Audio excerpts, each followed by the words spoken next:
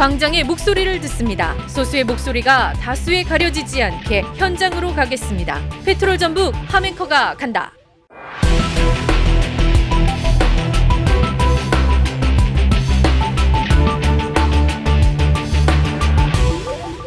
네, 페트롤 전북 함앵커 간다 현장으로 나왔습니다. 과일을 비롯해서 신선식품에 이어 가공식품과 생필품은 물론이고요. 기름값까지 소비자 물가가 줄줄이 오르고 있는 현실입니다. 자, 치솟는 장바구니 물가에 고금리와 고유가까지 겹치면서 서민경제 주름이 깊어지고 있죠. 또 가계부채와 부동산 침체까지 우리 경제는 그 어느 때보다 어려움에 직면하고 있습니다. 오늘 페트롤 전북 함앵커 간다 소상공인들의 현실, 또 공실률이 많은 우리 지역의 부동산 시장, 그리고 여기에 대한 대책, 전라북도에서 발표한 민생 안정 대책까지 살펴보겠습니다. 먼저 찾아온 곳은 전북 특별자치도 소상공인 협회를 찾아왔습니다. 박낙현 회장을 찾아왔습니다. 회장님 안녕하세요. 네, 반갑습니다. 네. 어떠세요? 요즘이 코로나 때보다 더 어렵다 이렇게 말씀들 많이 하시던데, 사실 그 코로나 때부터 그 어려움이 지금 계속 누적되어 온 현실이잖아요. 그렇죠. 예. 네. 저희 업종도 지금 힘들어요. 저희 업종도 행사가 많이 없고, 그렇네요.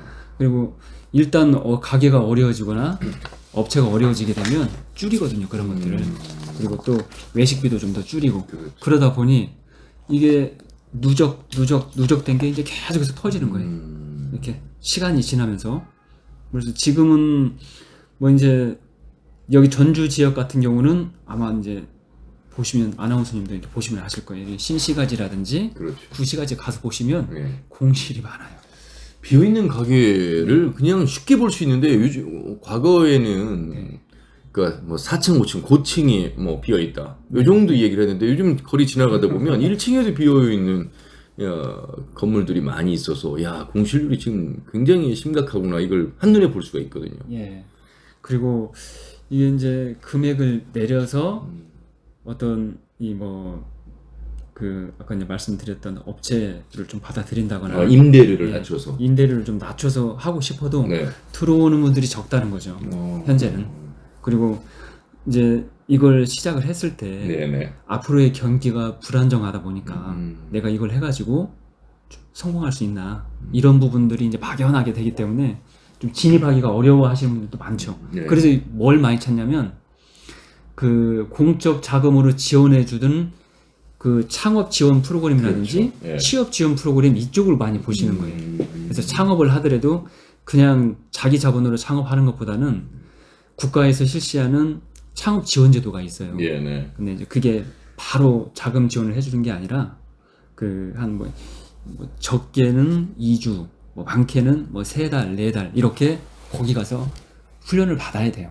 이제 그 과정을 끝마치고 나면 네. 뭐 2,500에서 3,000만 원 지원을 해주면 그걸 초기 자본으로 해가지고 사업을 시작을 하는 거예요.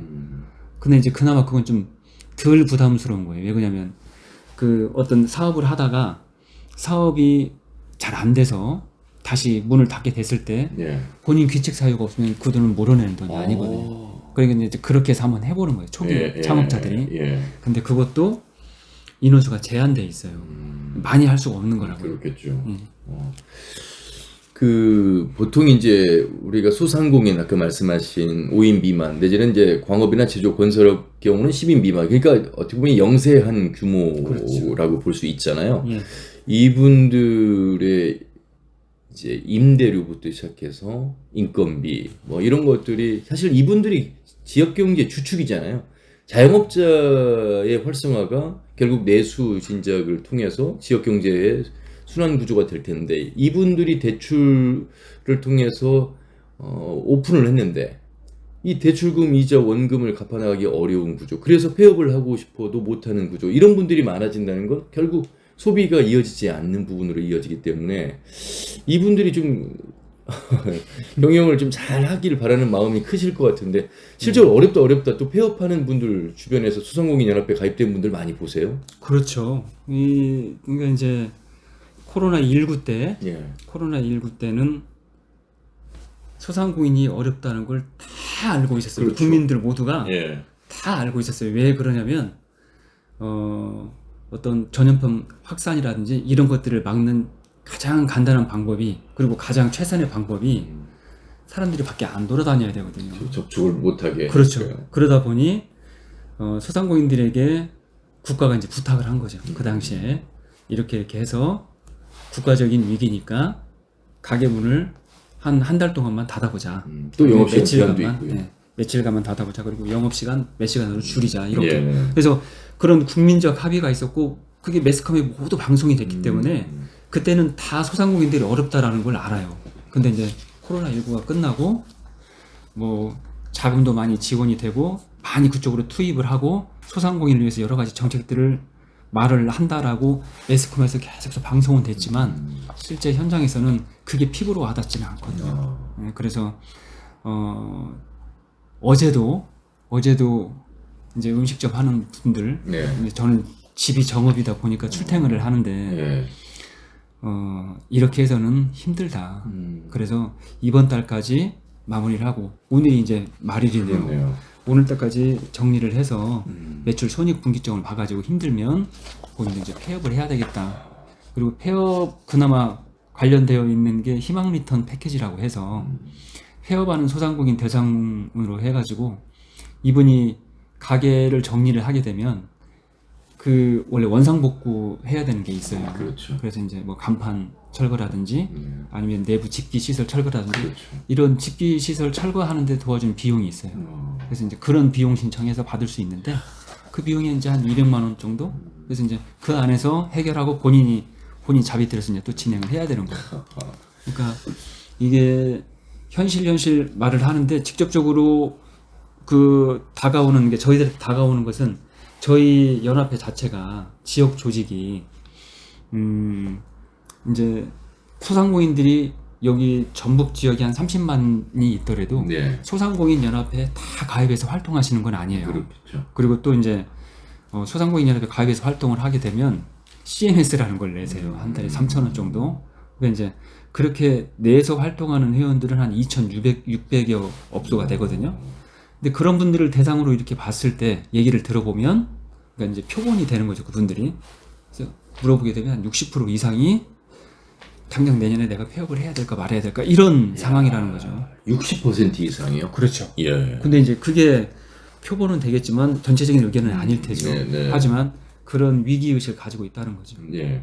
사실 그래서 이제 지자체에서도 여러 이제 자구책들을 마련하고 있잖아요. 실행되고 있고 그 중에 하나가 이제 지역사랑 상품권, 지역화폐.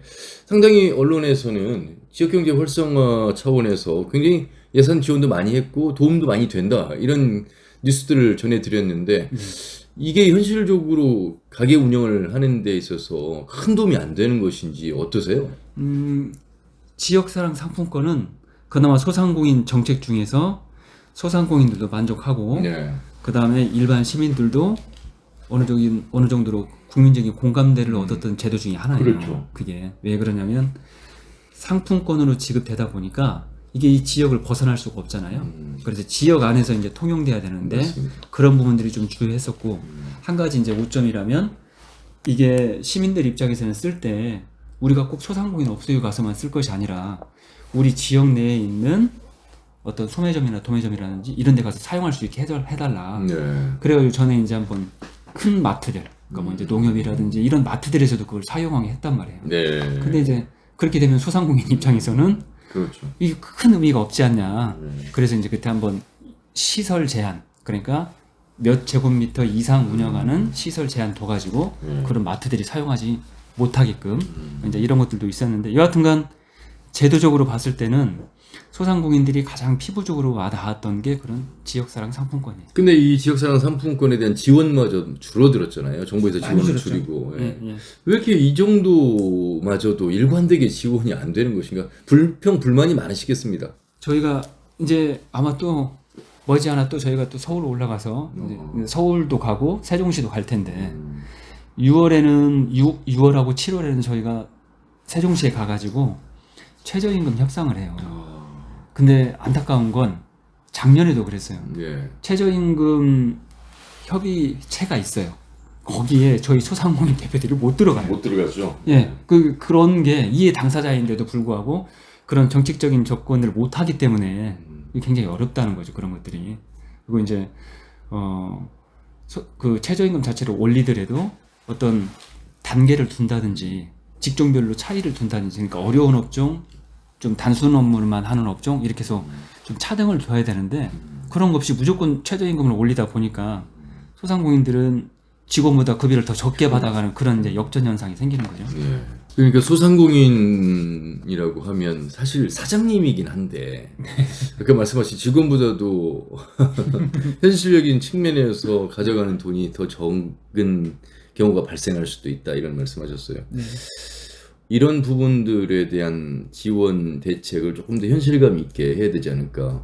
끝으로 좀 하고 싶은 말씀 해주시죠. 그러니까 일단 이런 인터뷰를 통해서 자꾸만 소상공인의 현실을 많이 알리고 그 다음에 정책적으로 접근해서 이런 부분들이 좀 바뀌어졌으면 좋겠다라는 이런 움직임은 굉장히 감사하고 긍정적으로 생각을 하고 있습니다.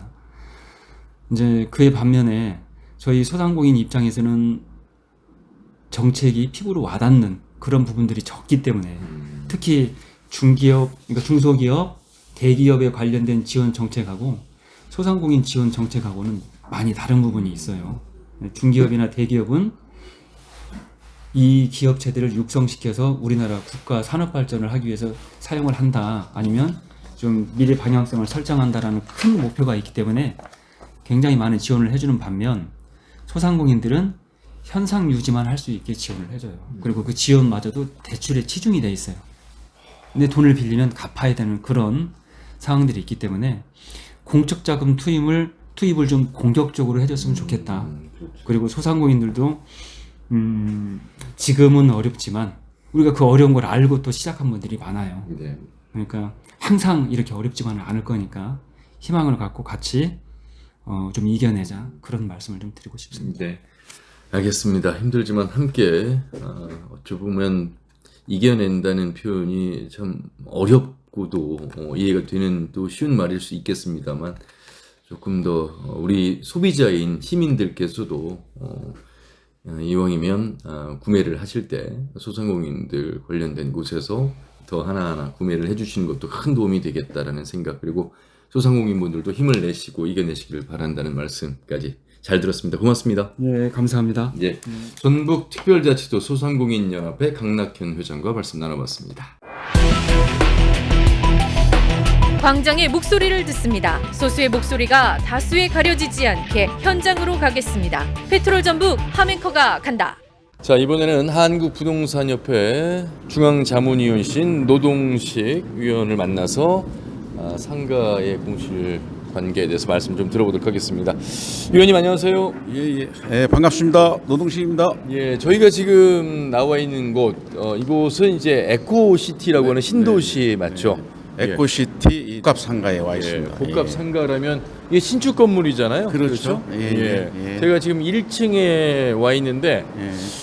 그 저희를 일부러 여기로 지금 오라고 하신 이유는 이 신규 주상 복합인데도 불구하고 저희가 보는 것처럼 지금 비어 있는 상가가 아주 많다. 이런 공실을 좀 보여주기 위해서 그렇죠. 만나는 공실률이 굉장히 지금 많이 지금 차지하고 있죠.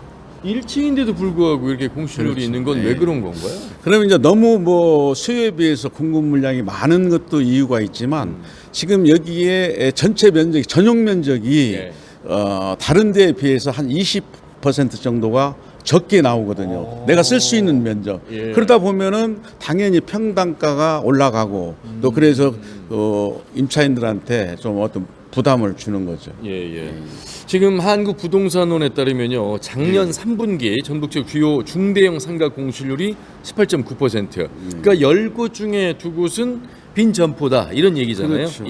이곳 지금 에코시티라고 하는 이곳 또한 역시 예외는 아니고 우리 지역은 더 높다고 봐야 되겠습니다. 그렇죠. 지금 저희가 그 전국 그 공실률이 평균 13.5%인 반면에 전북은 18.3%를 차지하고 있거든요. 그 다음에 소규모 상가 같은 경우는 공실률이 평균 전국적으로 한 6.9% 되는데 소규모 상가가 9.5%로 전국의 세종 다음으로 아주 심각한 상태에 있다고 볼 수가 있습니다. 그리고 신도시, 혁신도시 같은 경우에는 뭐 거의 건물이 통째로 지금 비어 있는 것도 간혹 우리가 볼 수가 있다고 있을 수밖에 없다.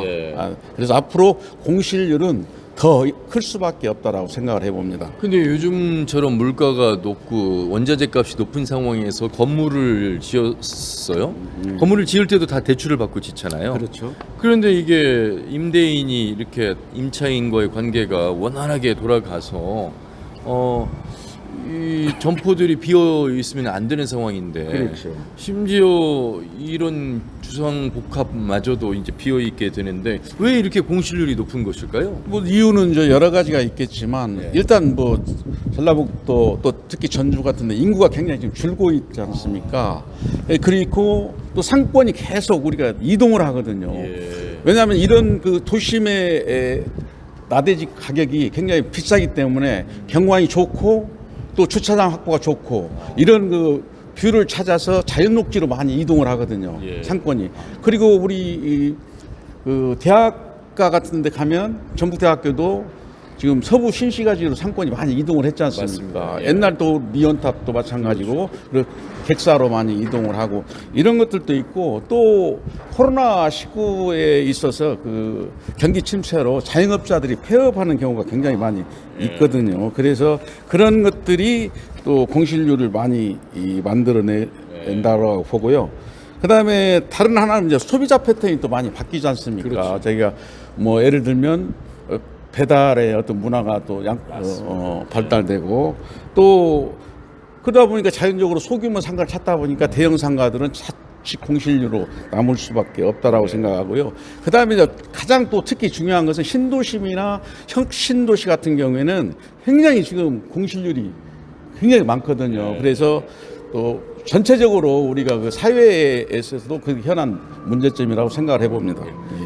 그 위원님 한때는요 정말 조물주 위에 건물주라는 말이 있었잖아요. 그렇죠. 심지어 뭐 초등학교 아이의 꿈이 뭐냐 그랬더니 건물주입니다라고 적은 아이도 있다고 하는데 요즘에 그런데 이 정도의 공실률이 높다면 건물주분들도 상당히 어려움에 처해 있지 않을까. 그러면 대안으로 이 임대료를 좀 그렇죠. 낮추면 어떨까 이런 생각도 하는데 임대료를 또 낮출 수가 없는 건가요? 그런데 지금 뭐냐면 공실률이 장기화되다 보니까 임대료를 쉽게 또 내릴 수 없는 입장이에요. 왜냐하면은 임대료를 내려버리면 매매도 안 될 뿐더러 그 건물의 가치가 굉장히 떨어지거든요. 그래서 우리가 방법을 찾는다면 뭐 월세를 그 상가의 가치를 살리기 위해서 월세를 무료로 주는 어떤 렌트 프리, 그 다음에 인테리어를 좀 해준다든가 그러면 상가의 가치는 떨어지지 않거든요.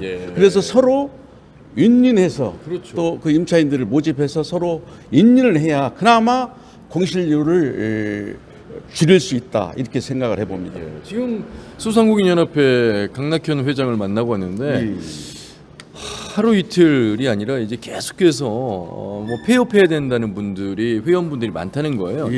그 뭐 내년 뭐 몇 월까지 폐업하겠다고 마음 먹으신 분들이 60% 그러니까 10명 중에 6명은 폐업을 고민하고 있다는 얘기잖아요. 그렇죠. 그러면 건물주 입장에서는 이런 자영업자 소상공인 분들의 임차료를 조금 더 현실화할 수 있는 그런 윈윈의 전략을 왜 생각하지 못할까? 근데 그분들 입장에서는 내가 좀 대출을 받아서 건물을 지었는데 대출 원금 이자 원리금 이거 갚기에 지금 힘들다 보니까 내릴 수도 없다 이렇게 또 하소연하신 분들도 계시더라고요. 그렇죠. 근데 왜냐하면 임대료를 또 한번 낮추면 상가 매매하기도 좀 어려울 뿐더러 건물 가치가 떨어지지 않습니까? 그러다 보면 대출 이자나 또 대출 상환 문제가 또 심각해지거든요. 또 갚아야 되니까 가치가 떨어지면 그래서 자칫 이런 것들 때문에 그 임대료를 내리지 못하는 경우가 있고 사실 이런 것들이 좀 어떻게 보면 애물단지로 좀 전락하는 그런 경우 이러지도 저러지도 못하는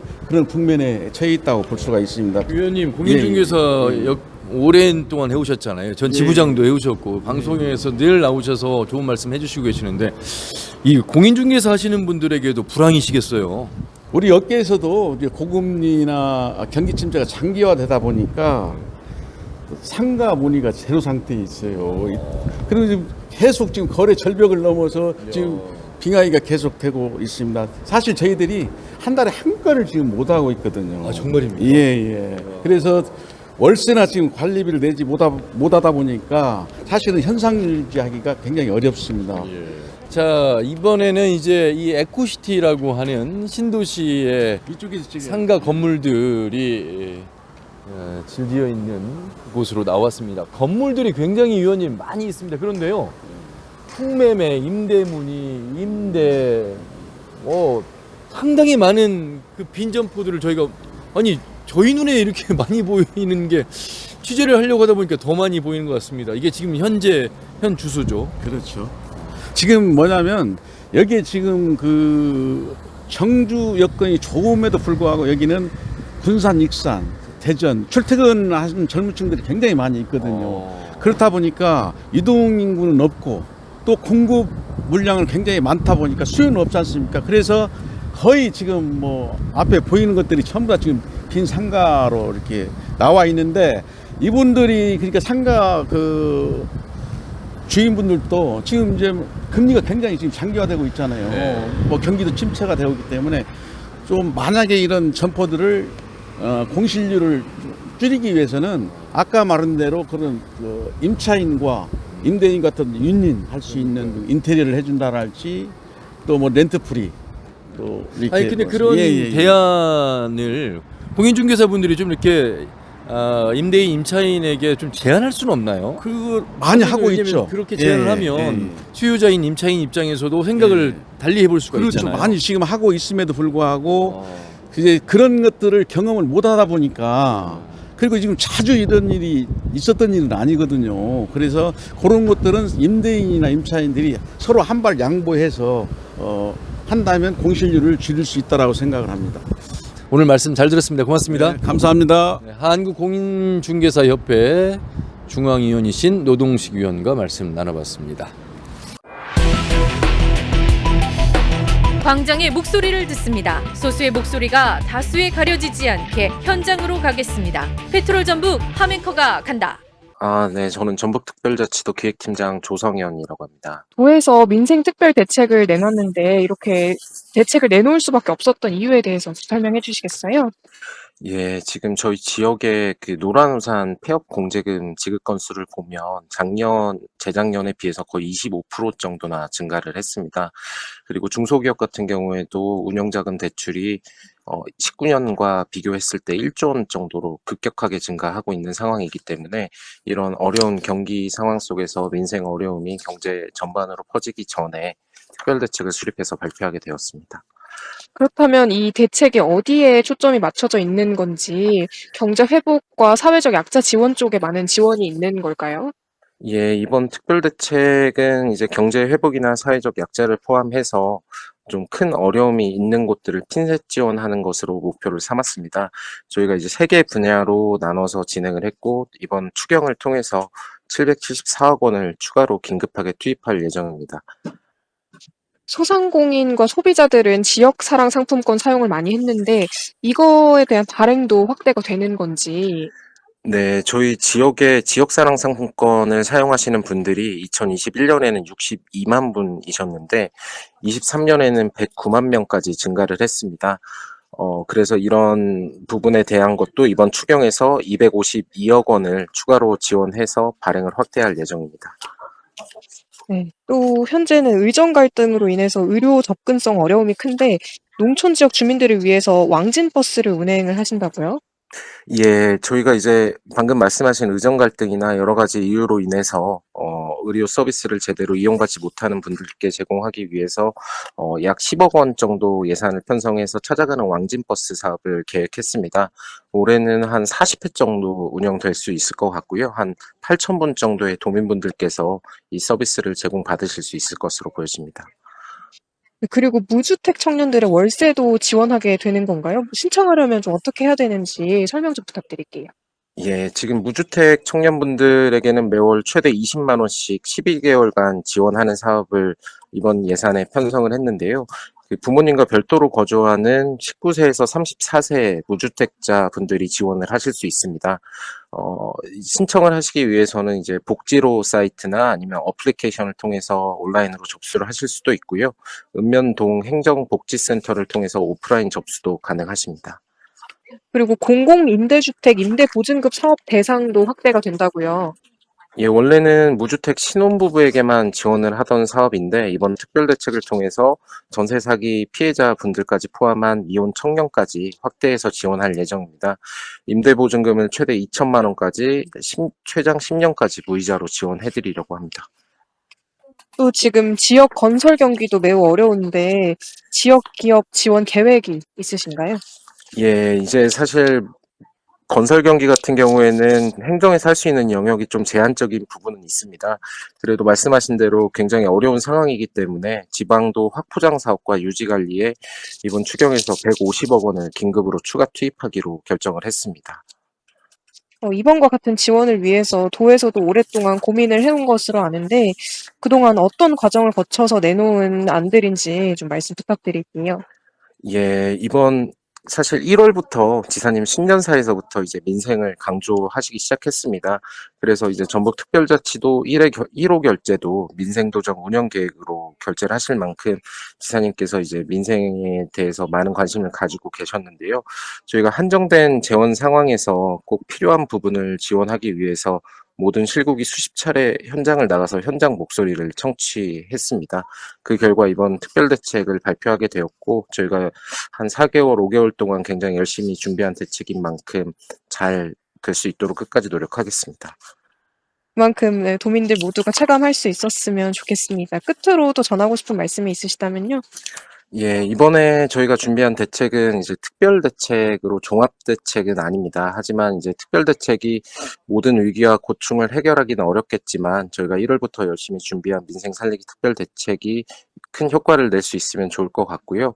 무엇보다 이제 대책보다 실행이 중요한 만큼 앞으로도 민생 특별대책이 원래 의도한 효과를 낼 수 있도록 저희가 끝까지 노력할 테니까 도민 여러분들께서도 함께 해주시면 감사하겠습니다. 네, 말씀 잘 들었습니다. 전북특별자치도 기획팀 조성윤 팀장과 이야기 나눠봤습니다.